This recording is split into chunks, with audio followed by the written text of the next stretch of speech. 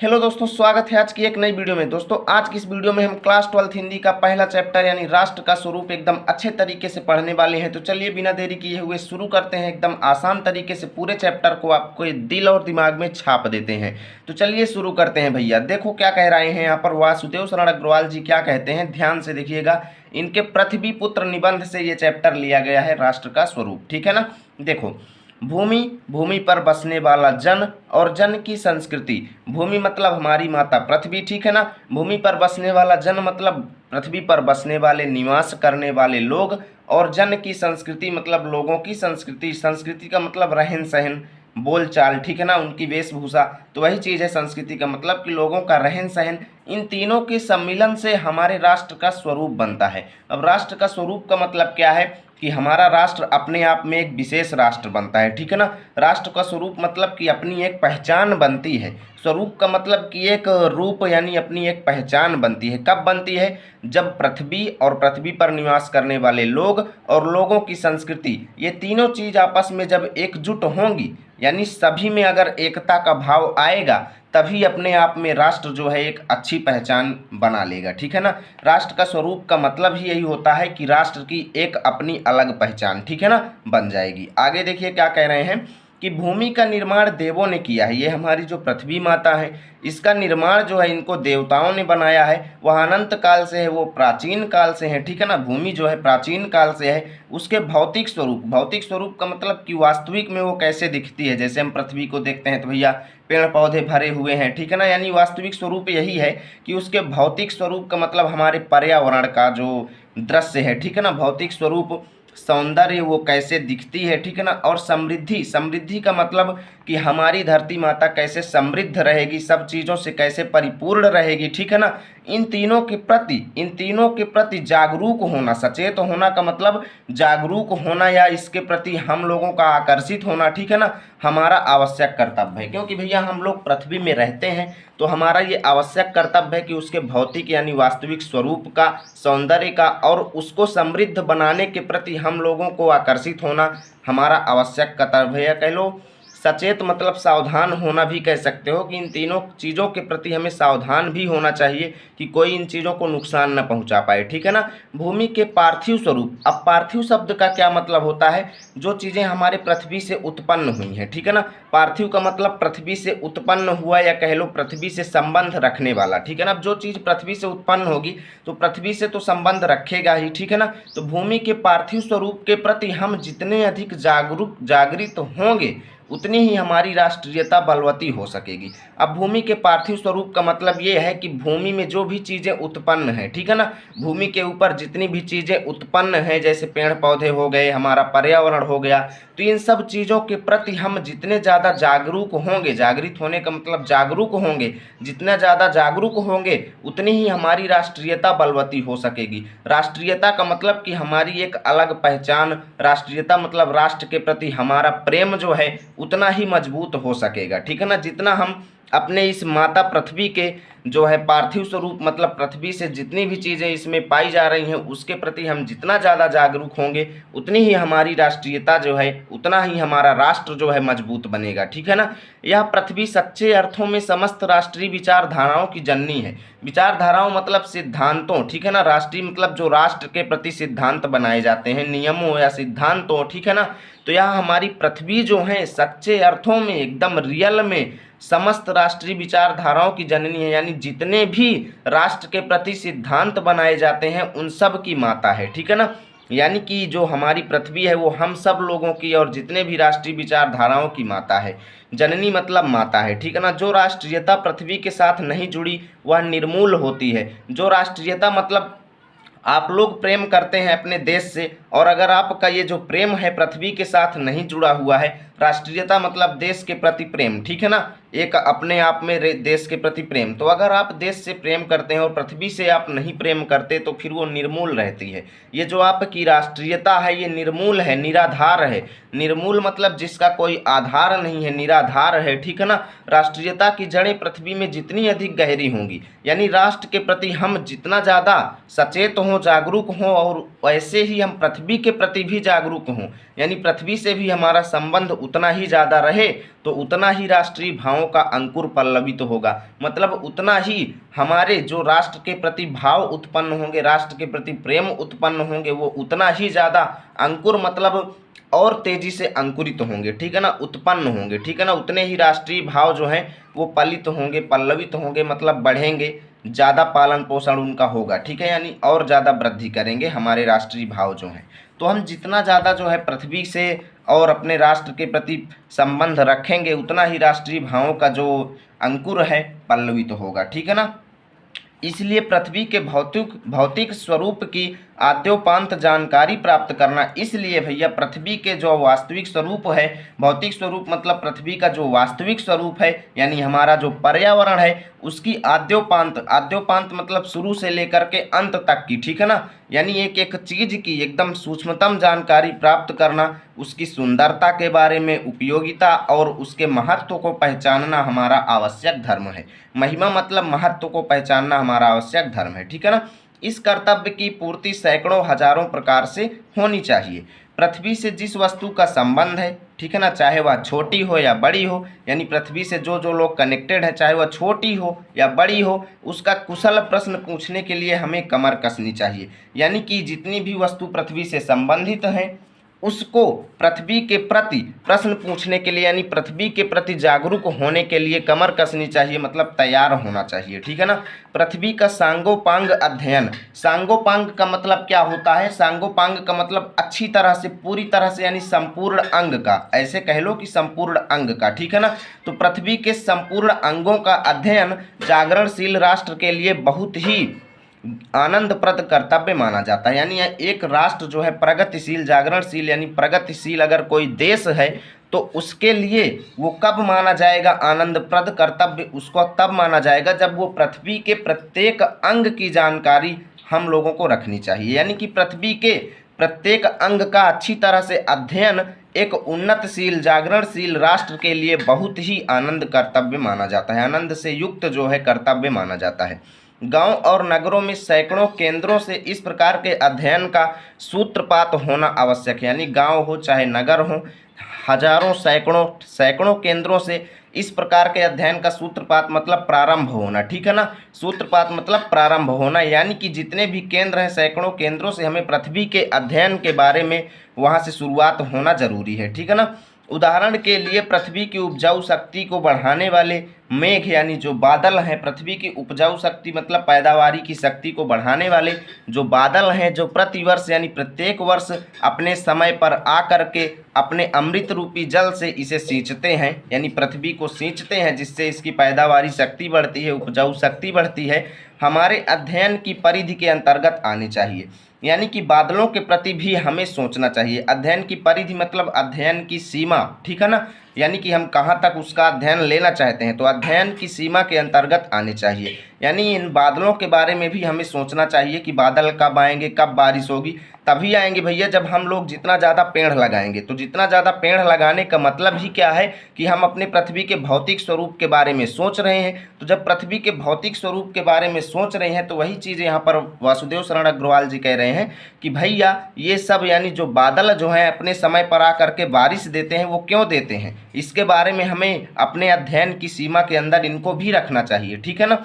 उन मेघ जलों से परिवर्धित प्रत्येक तृणलता, यानी उन बादलों के पानी से परिवर्धित मतलब तैयार हुआ, ठीक है ना, परिवर्धित मतलब तैयार हुआ या पोषित हुआ प्रत्येक तृणलता मतलब तिनका और वनस्पति का सूक्ष्म, वनस्पति मतलब जो पेड़ पौधे होते हैं, ठीक है ना, वनस्पति का सूक्ष्म परिचय प्राप्त करना ही हमारा आवश्यक कर्तव्य होगा, ठीक है ना। ये कह रहे हैं वासुदेव शरण अग्रवाल जी। इस प्रकार जब चारों ओर से हमारे ज्ञान के कपाट खुलेंगे, जब सभी तरफ से हमारे अंदर ज्ञान जो आएगा, तब सैकड़ों वर्षों से शून्य और अंधकार से भरे हुए जीवन के क्षेत्रों में नया उजाला दिखाई देगा। यानी जब सब तरीके से हम पृथ्वी के बारे में अध्ययन करेंगे, तब जो 100 वर्षों से, ठीक है ना, शून्य और अंधकार से जो हमारा ये जीवन भरा हुआ है, उसमें हमारे नया उजाला उत्पन्न होगा, ठीक है ना। धरती माता की कोख में जो अमूल्य निधियां भरी हैं, जिनके कारण वह वसुंधरा कहलाती है, यानी धरती माता की कोख में, कोख मतलब गर्भ में, ठीक है ना, धरती माता की गर्भ में जो अमूल्य निधियां यानी जिनका कोई मोल नहीं है, अनमोल है, ठीक है ना, जो अनमोल खजाना भरा हुआ है, जिसके कारण उसको वसुंधरा कहा जाता है, उससे कौन परिचित ना होना चाहेगा। यानी कि हम लोगों के अंदर ये अभिलाषा होती है कि भैया पृथ्वी के अंदर जितना खजाना भरा हुआ है उसके बारे में हमें जानकारी होना चाहिए, ठीक है ना। तो वही कह रहे हैं कि भैया कौन ऐसा व्यक्ति है जो परिचित न होना चाहेगा।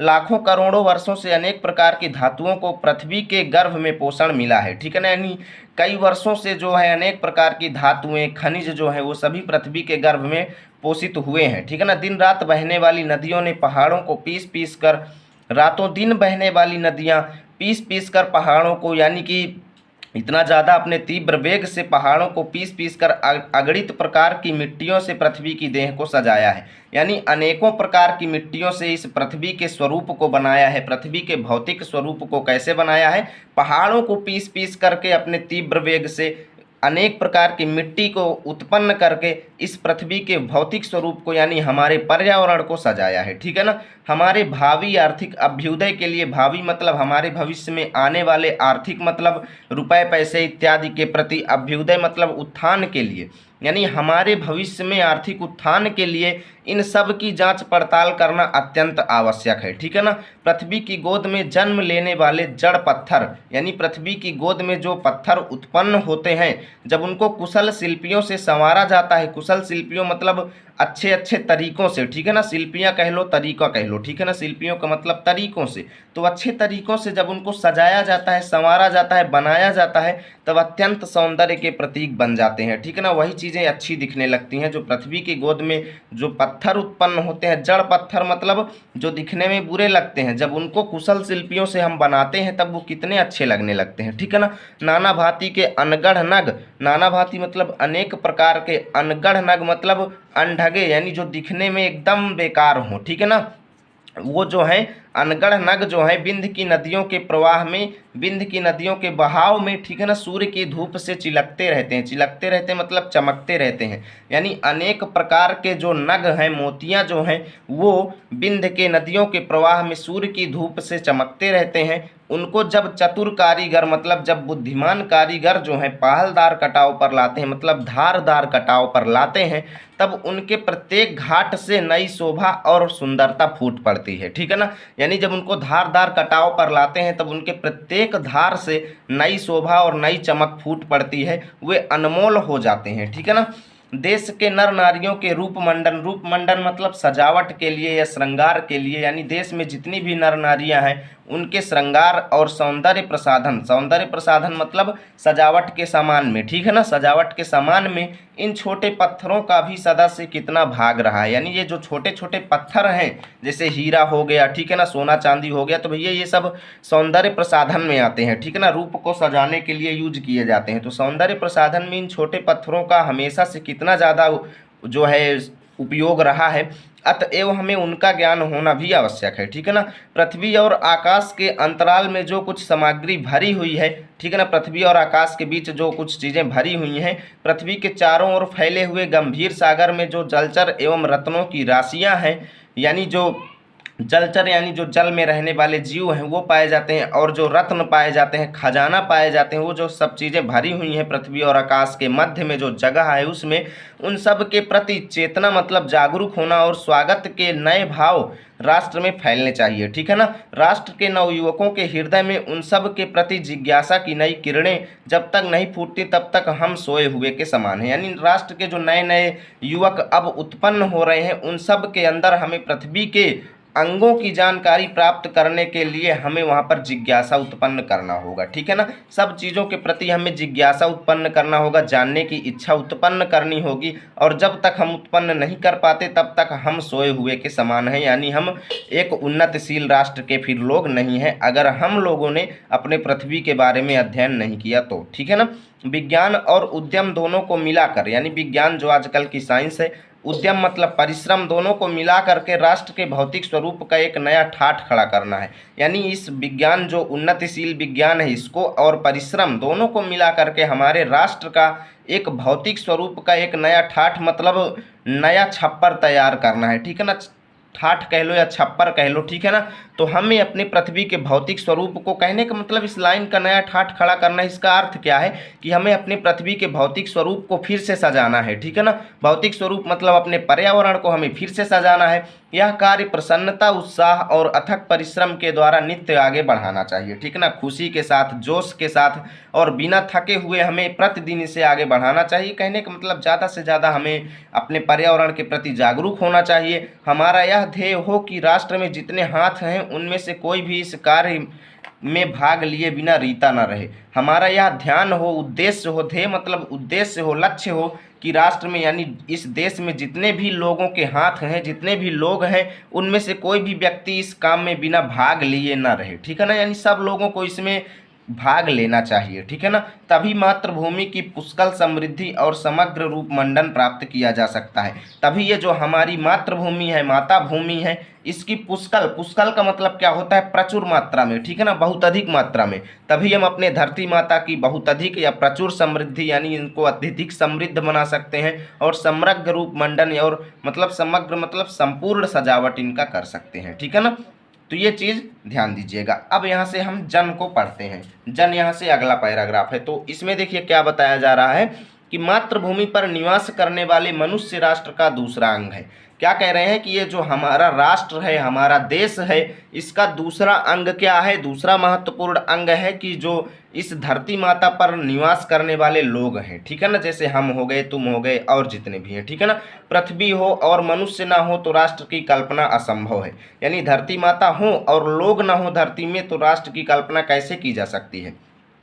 पृथ्वी और जन दोनों के सम्मिलन से ही राष्ट्र का स्वरूप संपादित होता है। पृथ्वी माता और लोग जब दोनों का आपस में सम्मेलन होता है तभी हमारा राष्ट्र का स्वरूप जो है वो बनता है। जन के कारण ही पृथ्वी मातृभूमि की संज्ञा प्राप्त करती है। हमारी पृथ्वी जो है वो मातृभूमि कब कहलाती है, जब यहाँ पर लोग पाए जाते हैं और लोग धरती माता को मातृभूमि कहते हैं। और पृथ्वी माता है और जन सच्चे अर्थों में पृथ्वी का पुत्र है। यानी जो हमारी पृथ्वी है वो हमारी माता है और यहाँ पर निवास करने वाले जो लोग हैं वो सच्चे अर्थों में पृथ्वी के पुत्र हैं, ठीक है ना। ये वासुदेव शरण अग्रवाल जी कहते हैं। चलो भैया चलते हैं नेक्स्ट पेज पर। तो मित्रों हम आ चुके हैं नेक्स्ट पेज पर। यहाँ पर देखिए क्या लिखते हैं वासुदेव शरण अग्रवाल जी। माता भूमि पुत्रो अहम पृथिव्याः, मतलब जो पृथ्वी है वो हमारी माता है और मैं उसका पुत्र हूँ। ये वासुदेव शरण अग्रवाल जी कहते हैं कि भैया सभी भारतवासी के मन में यही चीज़ें होनी चाहिए कि माता भूमि है और वो उसका पुत्र है, ठीक है ना। जन के हृदय में इस सूत्र का अनुभव ही राष्ट्रीयता की कुंजी है। यानी जो ऊपर इन्होंने सूत्र बताया है, माता भूमि पुत्रो अहम पृथिव्याः, जब तक ये प्रत्येक लोगों के हृदय में ऐसा भाव नहीं आ जाएगा तब तक हमारा राष्ट्र जो है वो आगे नहीं बढ़ सकता। ये वासुदेव शरण अग्रवाल जी कहते हैं। इसी भावना से राष्ट्र निर्माण के अंकुर उत्पन्न होते हैं, ठीक है ना।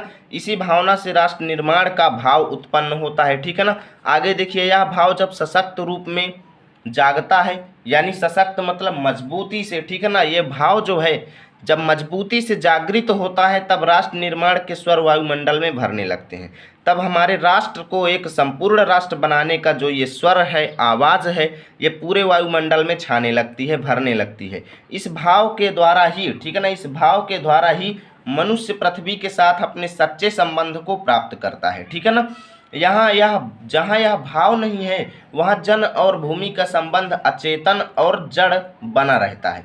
कहने का मतलब कि जहाँ मनुष्य के अंदर माता और पुत्र का संबंध नहीं है पृथ्वी के साथ, यानी जो व्यक्ति अपने पृथ्वी को माता नहीं समझते और स्वयं को उसका पुत्र नहीं समझते, तो वहाँ पर ये जो पृथ्वी के साथ उनका संबंध है ये अचेतन बना रहता है। यानी इसमें कोई उत्साह नहीं रहता, ठीक है ना।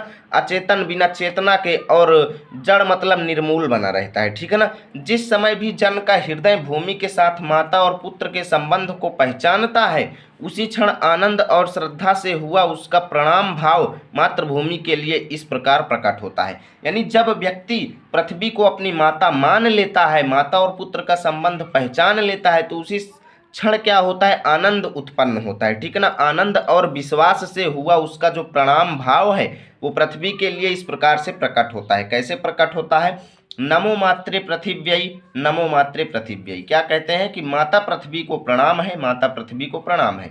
यानी उनका जो प्रणाम का भाव है, वो जो पृथ्वी माता से प्रणाम करते हैं वो इस तरीके से प्रकट होता है, ठीक है ना। और यह प्रणाम भाव ही भूमि और जन का दृढ़ बंधन है। यानी ये जो प्रणाम का जो भाव है, पृथ्वी के प्रति प्रणाम का ये जो भाव है, ये लोगों और पृथ्वी और लोगों के प्रति का ये मजबूत बंधन है, ठीक है ना। पृथ्वी और लोगों के बीच का ये मजबूत बंधन है, ये प्रणाम भाव ही, ठीक है ना। आगे देखिए क्या कहते हैं, आगे कहते हैं इसी दृढ़ भित्ति पर राष्ट्र का भवन तैयार किया जाता है। यानी कि इस प्रणाम भाव के आधार पर ही इसको एक दीवार मान लिया जाता है, ठीक है ना। और इस प्रणाम भाव की यानी इस प्रणाम भाव रूपी दीवार पर ही हम अपने पूरे राष्ट्र को तैयार करते हैं, ठीक है ना। यानी भवन रूपी हमारा राष्ट्र जो है वो तैयार होता है। यानी कि पृथ्वी और लोगों के प्रति ये प्रणाम का जो भाव है, ये एक महत्वपूर्ण मजबूत दीवार की भांति काम करता है और हम अपने देश को इसी के आधार पर जागृत करते हैं, ठीक है ना। इसी दृढ़ चट्टान पर राष्ट्र का चिर जीवन आश्रित रहता है। इसी दृढ़ चट्टान पर, इसी मजबूत चट्टान पर हमारे पूरे राष्ट्र का चिर मतलब सदियों तक का जीवन जो है वो आश्रित रहता है। चिर मतलब सदियों तक का जीवन जो है वो आश्रित मतलब आधारित रहता है, ठीक है ना। इसी मर्यादा को मानकर राष्ट्र के प्रति मनुष्यों के कर्तव्य, इसी मर्यादा को, इसी प्रणाम भाव के मर्यादा को मान करके राष्ट्र के प्रति मनुष्यों का जो कर्तव्य है और अधिकारों का उदय होता है, ठीक है ना। यानी कि राष्ट्र के प्रति लोगों के अंदर कर्तव्य और अधिकार का उदय कब होता है, जब वो पृथ्वी के साथ अपने पुत्र और माता का भाव जो है वो स्वीकार करते हैं, ठीक है ना।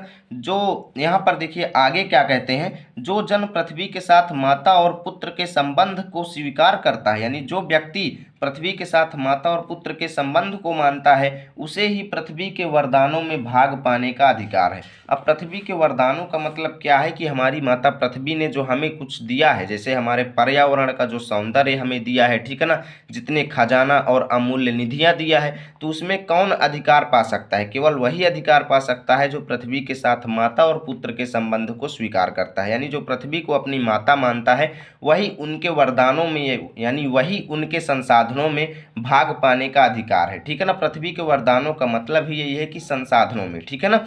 माता के प्रति अनुराग और सेवा भाव पुत्र का स्वाभाविक कर्तव्य है। यानी पृथ्वी के प्रति प्रेम और सेवा की भावना, यानी पृथ्वी की सेवा करना उसके रहने वाले लोगों का स्वाभाविक कर्तव्य है, ठीक है ना। वह एक निष्कारण धर्म है। निष्कारण धर्म मतलब निस्वार्थ धर्म है, जिसमें अपना कोई स्वार्थ ना हो। यानी पृथ्वी के पुत्र का ये निष्कारण धर्म है, निस्वार्थ धर्म है, उसे तो ये काम करना ही चाहिए, ठीक है ना। स्वार्थ के लिए पुत्र का माता के प्रति प्रेम पुत्र के अध्यापतन को सूचित करता है। यानी अगर कोई पुत्र जो है वो माता से स्वार्थ के लिए प्रेम करता है, ठीक है ना, स्वार्थ के लिए पुत्र का माता के प्रति प्रेम, यानी अगर हम स्वार्थ के लिए अपने पृथ्वी से प्रेम करते हैं तो हम अपने अर्धपतन को सूचित करते हैं। अध्यापतन मतलब आधे जीवन को नष्ट होना सूचित करते हैं। जबकि क्या कह रहे हैं कि भैया माता के प्रति प्रेम और सेवा का भावना जो है वो पुत्र का स्वाभाविक कर्तव्य है, और यह एक ऐसा धर्म है जो निस्वार्थ होना चाहिए। यानी पुत्र जो है बिना स्वार्थ के अपनी पृथ्वी माता के प्रति उतना जो है उसके अंदर प्रेम और सेवा का भाव जो है उत्पन्न होना चाहिए। तो यही कह रहे हैं कि भैया स्वार्थ के लिए अगर हम माता से प्रेम करते हैं तो वो हमारे अध्यापतन को सूचित करता है, हमारे पतित होने को सूचित करता है, हमारे नीच होने को सूचित करता है, ठीक है ना। जो जन मातृभूमि के साथ अपना संबंध जोड़ता है उसे अपने कर्तव्यों के प्रति पहले ध्यान देना चाहिए, ठीक है ना। उसे स्वार्थ नहीं साधना चाहिए, उसका कर्तव्य क्या है पहले उसके बारे में उसे सोचना चाहिए, ठीक है ना। माता अपने सब पुत्रों को समान भाव से चाहती है। पृथ्वी माता जो है सभी लोगों को समान भाव से चाहती है। इस प्रकार पृथ्वी पर बसने वाले जन जो हैं, लोग जो हैं वो बराबर हैं, उनमें ऊंच नीच का भाव नहीं होना चाहिए, ठीक है ना। उनमें ऊंच और नीच का भाव नहीं होना चाहिए। ये हमारे वासुदेव शरण अग्रवाल जी कहते हैं कि जो मातृभूमि के उदय के साथ जुड़ा हुआ है, हमारी पृथ्वी के उदय के साथ जो जुड़ा हुआ है वह समान अधिकार का भागी है। यानी हमारी पृथ्वी के आगे बढ़ने के लिए, पृथ्वी को आगे बढ़ाने के लिए, उन्नति के लिए जो जुड़ा हुआ है वो पृथ्वी के वरदानों का समान अधिकारी है, वो पा सकता है, ठीक है ना। पृथ्वी पर निवास करने वाले यहाँ पर जनों का विस्तार जो है अनंत है। यानी जो लोग पृथ्वी पर निवास करते हैं, यानी जो पृथ्वी माता के पुत्र हैं, उनका विस्तार अनंत है। कहने का मतलब, विस्तार का मतलब कि उनका जो फैलाव है, उनका जो प्रकोप है वो अनंत है, ठीक है ना। पृथ्वी पर निवास करने वाले लोगों का प्रकोप जो है वो अनंत है। नगर और जनपद, पुर और गांव, जंगल और पर्वत अनेक प्रकार के जनों से भरे हुए हैं, ठीक है ना। यानी जो नगर और जनपद हैं ये पुर और गांव हैं, जंगल और पर्वत हैं, ये अनेक प्रकार के लोगों से भरे हुए हैं। यानी कि लोगों का फैलाव जो है काफ़ी दूर तक है भैया हमारी पृथ्वी के अंदर, ठीक है ना। ये जन अनेक प्रकार की भाषाएं बोलने वाले और अनेक धर्मों के मानने वाले हैं, फिर भी ये मातृभूमि के पुत्र हैं। यानी जो पृथ्वी में निवास करने वाले लोग हैं, अनेक प्रकार की भाषाएं बोलते हैं, अनेक धर्मों को मानते हैं, लेकिन फिर भी ये माता भूमि के पुत्र हैं, ठीक है ना। और इस कारण उनका सौहार्द भाव जो है अखंड है। सौहार्द भाव मतलब प्रेम भाव जो है, इसलिए उनका जो पृथ्वी के प्रति प्रेम भाव है वो अखंडनीय है। यानी अखंड, जिसको खंड खंड नहीं किया जा सकता, विभक्त नहीं किया जा सकता, ठीक है ना। सभ्यता और रहन सहन की दृष्टि से जन एक दूसरे से आगे पीछे हो सकते हैं। यहाँ पर रहने वाले जो लोग हैं अपनी सभ्यता और रहन सहन की दृष्टि से एक दूसरे से आगे पीछे हो सकते हैं, किंतु इस कारण से मातृभूमि के साथ उनका जो संबंध है, मातृभूमि के साथ जो उनका प्रेम भाव है, उसमें कोई भेदभाव उत्पन्न नहीं हो सकता, ठीक है ना। पृथ्वी के विशाल प्रांगण में सब जातियों के लिए समान क्षेत्र है। यानी पृथ्वी का ये जो पूरा क्षेत्र फैला हुआ है, पृथ्वी का जो विशाल भूभाग फैला हुआ है, विशाल पर्यावरण है, इसमें सभी लोगों के लिए समान अधिकार है। समन्वय के मार्ग से भरपूर प्रगति और उन्नति करने का सबको एक जैसा अधिकार है। समन्वय मतलब इस एकता के भाव से, ठीक है ना, एकता के मार्ग से भरपूर प्रगति यानी भरपूर उन्नति और उन्नति करने का सबको एक जैसा अधिकार है, सबको समान अधिकार है उन्नति करने का, ठीक है ना। किसी जन को पीछे छोड़कर राष्ट्र जो है वो आगे नहीं बढ़ सकता। यानी अगर हम किसी व्यक्ति को पीछे छोड़कर स्वयं आगे बढ़ रहे हैं तो हमारा राष्ट्र जो है वो आगे नहीं बढ़ सकता। इसलिए राष्ट्र के प्रत्येक अंग की सुध हमें लेनी चाहिए। यानी राष्ट्र के प्रत्येक अंग की जानकारी हमें लेनी चाहिए, क्योंकि अगर राष्ट्र के किसी भाग को हम अपने साथ नहीं ले जा रहे हैं तो हमारा राष्ट्र जो है वो आगे नहीं होगा। कहने का मतलब यहाँ पर वासुदेव शरण अग्रवाल जी जो कहना चाहते हैं वो यह कहना चाहते हैं कि हमें प्रत्येक लोगों में एकता का भाव जागृत करना चाहिए और अपने पृथ्वी के प्रगति के बारे में सोचना चाहिए। क्योंकि अगर एकता का भाव नहीं होगा तो भैया जो हमारा राष्ट्र है वो ग्रो नहीं होगा, वो उन्नति नहीं करेगा, ठीक है ना। राष्ट्र के शरीर के एक भाग में यदि अंधकार और निर्बलता का निवास है, हमारा जो राष्ट्र है उसके किसी कोने में यदि अंधकार और निर्बलता यानी कमजोरी का निवास है, यानी अगर किसी भाग में कमजोरी और निर्बलता अंधकार भरा हुआ है तो समग्र राष्ट्र का स्वास्थ्य उतने अंश में असमर्थ रहेगा। यानी हमारे संपूर्ण राष्ट्र का जो उतना भाग है उसमें जो है ग्रो नहीं होगा, उसमें उन्नति नहीं होगी। अगर राष्ट्र के किसी भाग में अंधकार और कमजोरी का जो भाव है वो भरा रह गया तो राष्ट्र का वो कोना जो है वो उन्नति नहीं कर पाएगा, असमर्थ रहेगा, ठीक है ना। इस प्रकार समग्र राष्ट्र को जागरण और प्रगति की एक जैसी उदार भावना में संचालित होना चाहिए। हमारा जो संपूर्ण राष्ट्र है जागरण और उन्नति की एक जैसी भावना में संचालित होना चाहिए। यानी सब लोगों के अंदर उन्नति की सेम भावना होनी चाहिए, ईर्ष्या भाव बिल्कुल भी नहीं होना चाहिए एक दूसरे के प्रति, ठीक है ना। ये वासुदेव शरण अग्रवाल जी कह रहे हैं। जन का प्रवाह अनंत होता है, यानी लोगों का फैलाव अनंत है, लोगों का विस्तार अनंत है। सहस्त्रों वर्षों से भूमि के साथ राष्ट्रीय जन ने तादात्म्य प्राप्त किया है। यानी हजारों वर्षों से पृथ्वी माता के साथ जो लोग हैं, राष्ट्रीय जन मतलब लोगों ने तादात्म्य प्राप्त किया मतलब तालमेल स्थापित किया है, ठीक है ना। जब तक सूर्य की रश्मियाँ मतलब किरणें नित्य माने प्रतिदिन प्रातःकाल भुवन को अमृत से भर देती हैं, यानी जब तक सूर्य की ये जो किरणें हैं प्रतिदिन इस धरती को अमृत से भर देंगी तब तक राष्ट्रीय जन का जो जीवन है वो अमर है, ठीक है ना।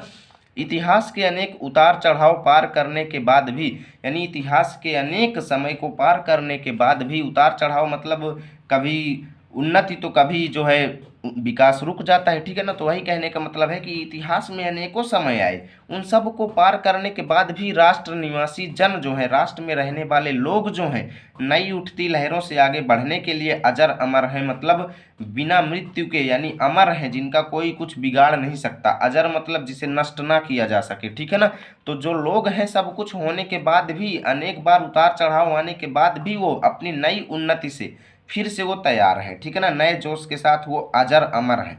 जन का संततवाही जीवन, संततवाही का मतलब क्या होता है, सदा प्रवाहित होने वाला, ठीक है ना। तो लोगों का इस प्रकार प्रवाहित होने वाला ये जो जीवन है नदी के प्रवाह की तरह ही है। यानी लोगों का अपने देश के प्रति ये जो प्रेम है, संततवाही प्रेम जो है, यानी जो बिना रुके सदा प्रवाहित, यानी जो हमेशा से लोगों का अपने पृथ्वी के प्रति ये जो प्रेम आ रहा है, ये नदी के प्रवाह की तरह है, जिसमें कर्म और श्रम के द्वारा उत्थान के अनेक घाटों का निर्माण करना आसान होता है। यानी कि ये जो लोगों का इस प्रकार का प्रेम है, है इसको नदी मान लिया गया है, ठीक है ना। और कह रहे हैं कि ये नदी के प्रवाह की तरह है, जिसमें कर्म और श्रम के द्वारा यानी कर्म और मेहनत के द्वारा अपने राष्ट्र के उन्नति के लिए अनेक घाटों का निर्माण करना, मतलब अनेक तरीकों का निर्माण करना आसान होता है, करना होता है, ठीक है ना। क्या कह रहे हैं कि भैया जी जो कर्म और मेहनत के द्वारा हम अपने राष्ट्र के उन्नति के लिए अनेक घाटों मतलब अनेक तरीकों का निर्माण करते हैं, इस लोगों के प्रेम के प्रयोग द्वारा, यानी ये जो लोग पृथ्वी से इतना ज़्यादा प्रेम करते हैं, इसी से हम कर्म और श्रम के द्वारा उत्थान के अनेक घाटों का निर्माण करते हैं, ठीक है ना। आगे क्या कह रहे हैं, संस्कृति पोर्शन में देखिए, राष्ट्र का तीसरा अंग जन की संस्कृति है, यानी हमारे राष्ट्र का जो महत्वपूर्ण तीसरा अंग है वो लोगों की संस्कृति है, लोगों का रहन सहन और उनका बर्ताव है कि वो आपस में कैसा क्या भेदभाव रखते हैं, कैसे क्या वो लोग रहते हैं, कैसा उनके अंदर भाव है, वही चीज़ उनकी संस्कृति कहलाती है, ठीक है ना। मनुष्यों ने युगों युगों में जिस सभ्यता का निर्माण किया है, समय समय में जिस सभ्यता का निर्माण किया है, जिस सिद्धांतों का निर्माण किया है, वही उसके जीवन की श्वास प्रश्वास है। श्वास प्रश्वास मतलब सांस लेना और छोड़ना, कहने का मतलब कि सांस लेना यानी इस जीवन को चलाना, श्वास प्रश्वास मतलब इस जीवन को चलाना, ठीक है ना। यानी कि मनुष्य ने युगों युगों में जिस सिद्धांतों का निर्माण किया है वही उसके जीवन की श्वास प्रश्वास है, यानी वही उसके जीवन का सिद्धांत है। श्वास प्रश्वास मतलब यानी कि अब लोग कैसे जीवित रहेंगे, जब वो सांस लेंगे सांस छोड़ेंगे, तो एक कहने का मतलब कि यही मूल सिद्धांत ही है, ठीक है ना। तो जो सभ्यताओं का उन्होंने निर्माण किया है वही उनके जीवन का मूल सिद्धांत है। बिना संस्कृति के जन की कल्पना का बंध मात्र है, बिना अपने संस्कृति के लोगों की कल्पना जो है, बिना संस्कृति के, जब तक संस्कृति नहीं रहेगी तब तक राष्ट्र के अंदर लोगों की कल्पना नहीं की जा सकती। बिना संस्कृति के लोगों की ये जो कल्पना है कबंध मात्र है, कबंध मात्र मतलब बिना सिर के, यानी जो है धड़ है, ठीक है ना, जिसमें सिर नहीं है, तो बिना सिर के शरीर का पूरा भाग जिसको हम कबंध कहते हैं। तो क्या कहते हैं कि अगर संस्कृति नहीं है किसी राष्ट्र के अंदर तो वहाँ के लोगों की कल्पना करना भी कोई मतलब की चीज़ नहीं है। यानी अगर लोगों के अंदर संस्कृति का भाव रहेगा ही नहीं तो फिर इस राष्ट्र में हम लोगों की कल्पना कर ही नहीं सकते, ठीक है ना। संस्कृति ही जन का मस्तिष्क है, यानी जो संस्कृति का भाव है वही लोगों का मस्तिष्क है। संस्कृति के विकास और अभ्युदय के द्वारा, संस्कृति के विकास और उत्थान के द्वारा, ठीक है ना, अभ्युदय मतलब उन्नति के द्वारा, उत्थान के द्वारा ही राष्ट्र की वृद्धि संभव है। यानी जब तक संस्कृति को विकसित नहीं किया जा सकता तब तक राष्ट्र की उन्नति नहीं की जा सकती। राष्ट्र के समग्र रूप में भूमि और जन के साथ साथ जन की संस्कृति का महत्वपूर्ण स्थान है। राष्ट्र के इस संपूर्ण स्वरूप में लोगों और लोगों की संस्कृति के साथ हमारी संस्कृति का ये महत्वपूर्ण स्थान है। यदि भूमि और जन अपनी संस्कृति से विरहित कर दिए जाएं, अगर लोग और, ठीक है ना, भूमि और जन यानी जमीन हमारी पृथ्वी और लोग जो हैं अपनी संस्कृति से विरहित मतलब अलग कर दिए जाएं, यानी लोगों और पृथ्वी को उनकी संस्कृति से अलग कर दिया जाए तो राष्ट्र का लोप समझना चाहिए, ठीक है ना। राष्ट्र का लोप समझना चाहिए मतलब राष्ट्र को नष्ट ही समझना चाहिए कि अगर वहाँ के लोगों और पृथ्वी माता के साथ कोई संस्कृति का भाव ही नहीं है तो फिर ऐसे राष्ट्र के रहना और ना रहना से कोई भी फर्क नहीं है। जीवन के बिटप का पुष्प संस्कृति है, यानी हमारे इस जीवन रूपी वृक्ष का जो फूल है वो संस्कृति है। यानी हमारे जीवन में अगर संस्कृति नहीं है तो हमारा जीवन भी किसी मतलब का नहीं है, ठीक है ना। संस्कृति के सौंदर्य और सौरभ में ही राष्ट्रीय जन के जीवन का सौंदर्य और यश अंतर्निहित है। संस्कृति के सौंदर्य यानी हम अपने संस्कृति के सौंदर्य को सुधारें, ठीक है ना, संस्कृति को आगे बढ़ाएं। संस्कृति के सौंदर्य और सौरभ में ही राष्ट्र जन के जीवन का सौंदर्य और यश अंतर्निहित है। संस्कृति के स्वरूप को, संस्कृति के सौंदर्य मतलब संस्कृति को और ज़्यादा हम सजाएं, ठीक है ना। जैसे अभी लोग क्या कहते हैं, लोगों में आपसी एकता को बढ़ाएं, ठीक है ना, जिससे हमारी संस्कृति मजबूत होगी। आपसी भेदभाव को खत्म करें, ठीक है ना, तो इससे हमारे संस्कृति का जो सौंदर्य है वो क्या होगा, सुधरेगा, ठीक है ना। तो संस्कृति के सौंदर्य और सौरभ में ही, उन्नति में ही राष्ट्रीय जन के जीवन का सौंदर्य यानी राष्ट्र में रहने वाले लोगों का सौंदर्य है और यश जो है इसी में समाया हुआ है। अंतर्निहित मतलब समाया हुआ है। ज्ञान और कर्म दोनों के पारस्परिक प्रकाश की संज्ञा, ज्ञान और कर्म दोनों के सम्मेलन से जो प्रकाश की संज्ञा है, प्रकाश की जो संज्ञा है संस्कृति है। यानी जब ज्ञान और कर्म दोनों आपस में मिलेंगे तो उससे जो प्रकाश उत्पन्न होगा उसी को हम संस्कृति कहते हैं, ठीक है ना। भूमि पर बसने वाले जन, भूमि पर निवास करने वाले लोगों ने ज्ञान के क्षेत्र में जो सोचा है, ज्ञान के क्षेत्र में जो कुछ उन्होंने सोचा है और कर्म के क्षेत्र में उन्होंने जो कुछ रचा है, यानी विज्ञान में उन्होंने जो कुछ प्रगति पाई है, ठीक है ना, दोनों के रूप में हमें राष्ट्रीय संस्कृति के दर्शन मिलते हैं। जीवन के विकास की युक्ति ही जीवन के विकास को करना, ठीक है ना, जीवन के विकास के लिए नए नए तरीकों को खोजना, जीवन के विकास को बढ़ाना, जीवन के विकास की युक्ति ही संस्कृति के रूप में प्रकट होती है। अपने जीवन के बारे में, हम जीवन को विकसित करने के बारे में जो उपाय सोचते हैं वही संस्कृति के रूप में बदल जाती है। प्रत्येक जाति अपनी अपनी विशेषताओं के साथ इस युक्ति को निश्चित करती है, यानी अलग अलग जातियां जो हैं अपनी विशेषताओं के साथ इस युक्ति को निश्चित करती हैं और उससे प्रेरित संस्कृति का विकास करती हैं। यानी जो अलग अलग जातियां होती हैं अपनी विशेषताओं के साथ अपने जीवन को विकसित करने के लिए कुछ युक्तियां बनाती हैं और उससे उनकी संस्कृति जो है वो विकसित होती है, ठीक है ना। इस दृष्टि से प्रत्येक जन की अपनी अपनी भावना के अनुसार पृथक पृथक संस्कृतियां राष्ट्र में विकसित होती हैं। यानी कि अलग अलग लोगों की अपनी अपनी भावनाओं के हिसाब से, अपनी अपनी विशेषताओं के हिसाब से हमारी पृथ्वी माता में अलग अलग प्रकार की संस्कृतियां जो हैं वो विकसित होती हैं। कोई किसी धर्म को मानता है तो कोई किसी धर्म को मानता है, तो अपनी अपनी अलग अलग प्रकार की भावनाओं के अनुसार से वो अपनी अलग अलग संस्कृतियां विकसित करते हैं, ठीक है ना। परंतु उन सब का मूल आधार पारस्परिक सहिष्णुता और समन्वय पर निर्भर है। परंतु उन सभी संस्कृतियों का, जितनी भी संस्कृतियां यानी जो लोग आपस में बनाते हैं, उन सब का जो मेन जड़ है, मूल आधार है, वो है पारस्परिक सहिष्णुता। सहिष्णुता मतलब क्षमाशीलता या कह लो सहनशीलता, यानी कि एक दूसरे की बात को सहन करने की क्षमता और एक दूसरे को माफ करने की क्षमता, ठीक है ना। जितनी भी संस्कृतियां हमारे देश में हैं उन सब का जो मुख्य आधार है वो है आपसी सहनशीलता और समन्वय मतलब एकता, ठीक है ना। अगर आपसी लोगों के बीच सहनशीलता और एकता का भाव नहीं है तो फिर राष्ट्र में संस्कृति का कोई भी महत्व तो नहीं है, ठीक है ना। ये कह रहे हैं। आगे क्या कहते हैं कि जंगल में जिस प्रकार अनेक लता, यानी जंगल में जिस प्रकार अनेक लताएं, यानी जो आप लोग देखते हैं छोटी छोटी वनस्पतियां, ठीक है ना, लताएं, वृक्ष और वनस्पति अपने अदम्य भाव से उठते हुए पारस्परिक सम्मिलन से, ठीक है ना। अदम्य का क्या मतलब है? जिसे दबाया ना जा सके, यानी जो बिना दबाए हुए उठ रहे हो, ठीक है ना, चाहे आप जितना कोशिश करें उनको दबा ना सके। तो जंगल में जिस प्रकार अनेक लता, वृक्ष और वनस्पति अपने अदम्य भाव से उठते हुए पारस्परिक सम्मिलन से, ठीक है ना, अविरोधी स्थिति प्राप्त करते हैं। आगे चलिए चलते हैं, पर देखिए क्या लिखा गया है कि अविरोधी स्थिति प्राप्त करते हैं, उसी प्रकार राष्ट्रीय जन अपनी संस्कृतियों के द्वारा एक दूसरे के साथ मिलकर राष्ट्र में रहते हैं। कहने का मतलब वासुदेव कन्नड़ अग्रवाल जी क्या कहते हैं कि जिस प्रकार जंगल में लताएं, वृक्ष और वनस्पति, वृक्ष भी होते हैं और वृक्षों के नीचे भी कई छोटे छोटे पौधे भी होते हैं, ठीक है ना। तो छोटे छोटे पौधों को क्या बड़े वृक्ष जो है वो दबा देते हैं? बिल्कुल नहीं दबा पाते भैया। छोटे पौधे भी ग्रो होते हैं, वो भी उन्नति करते हैं। तो इसीलिए वासुदेव कन्नड़ जी कहते हैं कि उसी प्रकार राष्ट्र के जो लोग हैं अपनी संस्कृतियों के द्वारा एक दूसरे के साथ मिल करके राष्ट्र में रहते हैं, ठीक है ना।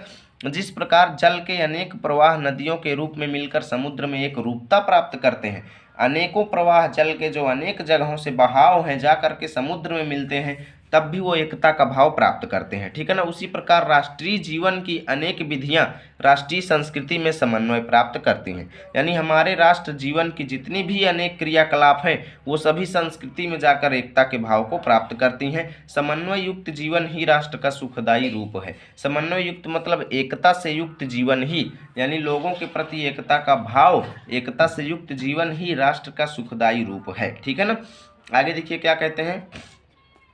साहित्य, कला, नृत्य, गीत, आमोद प्रमोद अनेक रूपों में राष्ट्रीय जन अपने अपने मानसिक भावों को प्रकट करते हैं। साहित्य हो गया, कला हो गया, नृत्य हो गया, गीत हो गया, आमोद प्रमोद मतलब खुशी प्रसन्नता, ठीक है ना। आमोद प्रमोद मतलब क्या होता है? खुशी। तो आमोद प्रमोद मतलब खुशी। अनेक रूपों में जो राष्ट्र के लोग हैं वो अपने अपने मानसिक भावों को, अपने अपने मस्तिष्क के जो भाव हैं उनको प्रकट करते हैं, ठीक है ना। आत्मा का जो विश्वव्यापी आनंद भाव है, हमारे आत्मा का जो विश्वव्यापी मतलब पूरे विश्व में व्याप्त जो आनंद का भाव है वह इन विविध रूपों में साकार होता है। हमारी आत्मा को आनंद कब प्राप्त होता है? साहित्य पढ़ने से, कला नृत्य आदि को देखने से, ठीक है ना। तो जो खुशियाँ मिलती हैं वो सभी क्या है? आत्मा को एक विश्वव्यापी आनंद है। आत्मा के लिए आनंद इन्हीं चीज़ों में मिलता है, ठीक है ना। तो आत्मा के लिए जो आनंद का जो भाव है वह इन विविध रूपों में ही हमें मिलता है। यद्यपि बाह्य रूप की दृष्टि से संस्कृति के ये बाहरी लक्षण अनेक दिखाई पड़ते हैं। हमारी संस्कृति के ये बाहरी लक्षण जो है अनेकों प्रकार के दिखाई देते हैं। जो साहित्य, कला, नृत्य, गीत, आमोद प्रमोद हैं, ये हमारी संस्कृति के बाहरी लक्षण दिखाई पड़ते हैं, ठीक है ना। किंतु अगर हम इनके अंदर जा करके देखें, आनंद की दृष्टि से देखें, तो इनमें एकता का भाव है, ठीक है ना। किंतु आंतरिक आनंद की दृष्टि से इनमें एक सूत्रता है, मतलब एकता का भाव है। जो व्यक्ति सहृदय है वह प्रत्येक संस्कृति के आनंद पक्ष को स्वीकार करता है और उससे आनंदित होता है। कहने का मतलब क्या है कि जो व्यक्ति अच्छे हृदय वाला है, अच्छे स्वभाव वाला है, वह प्रत्येक संस्कृति को, मतलब प्रत्येक धर्म को मानने वाले भी, जैसे कोई हिंदू धर्म को मानता है, कोई मुस्लिम धर्म को मानता है, और अपने अपने त्यौहार आने पर सब लोग अपनी खुशियां मनाते हैं। तो जो व्यक्ति सहृदय होता है, जो अच्छे स्वभाव वाला होता है, वो दूसरों की खुशियों को भी अपनी खुशी समझता है और उससे आनंद प्राप्त करता है, ठीक है ना। दूसरों की संस्कृति के आनंद पक्ष को स्वीकार करता है और उससे आनंदित होता है। इस प्रकार की उदार भावना ही अलग अलग जनों से बने हुए राष्ट्र के लिए स्वास्थ्यकर है। यानी अगर प्रत्येक लोगों के अंदर ऐसी भावना आ जाए कि भैया वो दूसरों की खुशी को अपनी खुशी समझें, दूसरों की संस्कृति को अपनी संस्कृति समझें, तो इससे जो होगा राष्ट्र के लिए ये एक बहुत ही ज़्यादा फायदेमंद चीज़ है, ठीक है ना। गाँव और जंगलों में स्वच्छंद जन्म लेने वाले लोक गीतों में, यानी जो गांव और जंगलों में स्वतंत्र रूप से जो गीत उत्पन्न होते हैं, जो गीत गाए जाते हैं, उन गीतों में और तारों के नीचे विकसित लोक कथाओं में, ठीक है ना, संस्कृति का अमित भंडार भरा हुआ है। अमित भंडार मतलब अत्यधिक भंडार भरा हुआ है। संस्कृति तारों के नीचे विकसित मतलब इस दुनिया में विकसित, ठीक है ना। इस दुनिया में जितने भी लोक कथाएं उत्पन्न हुए हैं, उन सभी में हमारी संस्कृति का जो है किसी न किसी संस्कृति का भाव वहाँ पर भरा हुआ है, ठीक है ना, जहाँ से आनंद की भरपूर मात्रा में प्राप्ति होती है। राष्ट्रीय संस्कृति के परिचय काल में उन सब का स्वागत करने की आवश्यकता है। यानी जब हमारी राष्ट्रीय संस्कृति के परिचय की बात की जाए तो वहाँ पर इन सभी लोकगीतों की चर्चा करना सबसे ज़्यादा जरूरी बात है, ठीक है ना। आगे क्या कहते हैं कि पूर्वजों ने चरित्र और धर्म, विज्ञान, साहित्य, कला और संस्कृति के क्षेत्र में जो कुछ भी पराक्रम किया है, यानी वासुदेव शरण अग्रवाल जी कहते हैं कि हमारे पूर्वजों ने चरित्र और इन धर्म विज्ञान के बारे में, साहित्य, कला और संस्कृति के क्षेत्र में उन्होंने जो कुछ भी पराक्रम किया है, जो कुछ भी कार्य किया है, जो कुछ भी उन्नति उन्होंने किया है, उस सारे विस्तार को हम गौरव के साथ धारण करते हैं। उन सारे फैलाव को, उन सारे चीज़ों को हम अपने गर्व के साथ उसको धारण करते हैं और उसके तेज को अपने भावी जीवन में साक्षात देखना चाहते हैं। उससे जो प्रकाश उत्पन्न होगा उसको हम अपने आने वाले जीवन में सेम टू सेम देखना चाहते हैं, ठीक है ना। यही राष्ट्र संवर्धन का स्वाभाविक प्रकार है। यही हमारे राष्ट्र संवर्धन मतलब पालन पोषण या विकास कह लो, ठीक है ना। तो यही राष्ट्र के विकास का एक स्वाभाविक भाव है, ठीक है ना। जहाँ अतीत वर्तमान के लिए भार रूप नहीं है, जहाँ पर क्या है, अतीत यानी जो बीत गया समय है वो वर्तमान के लिए भार की तरह नहीं है। जहाँ भूत जो है वर्तमान को जकड़ नहीं सकता, ठीक है ना। भूत जो है यानी जो पुराना समय है वो वर्तमान को जकड़ नहीं रखना चाहता, वरन अपने वरदान से पुष्टि करके उसे आगे बढ़ाना चाहता है। उस राष्ट्र का हम स्वागत करते हैं। तो वासुदेव शरण अग्रवाल जी क्या कहते हैं कि जहाँ पर अतीत, ठीक है ना, जो बीता हुआ, जहाँ अतीत जो है वर्तमान के लिए भार रूप नहीं है, जो भार के समान नहीं है, और जहाँ भूत जो है, जो बीत गया समय जो है, वो वर्तमान को जकड़ नहीं रखना चाहता, यानी जो बीता हुआ समय है वो भी वर्तमान को आपस में नहीं देखना चाहता, अपने वरदान से पुष्टि करके उसे आगे बढ़ाना चाहता है, ठीक है ना। उस राष्ट्र का हम स्वागत करते हैं। तो यहाँ से आपका ये जो चैप्टर है खत्म होता है। उम्मीद करता हूँ वीडियो अच्छी लगी होगी। यदि वीडियो अच्छी लगी है तो प्लीज़ लाइक और शेयर जरूर करें। चैनल पर पहली बार आए तो सब्सक्राइब करें ताकि रोजाना की ऐसी वीडियो अब तक सबसे पहले पहुँचेगी।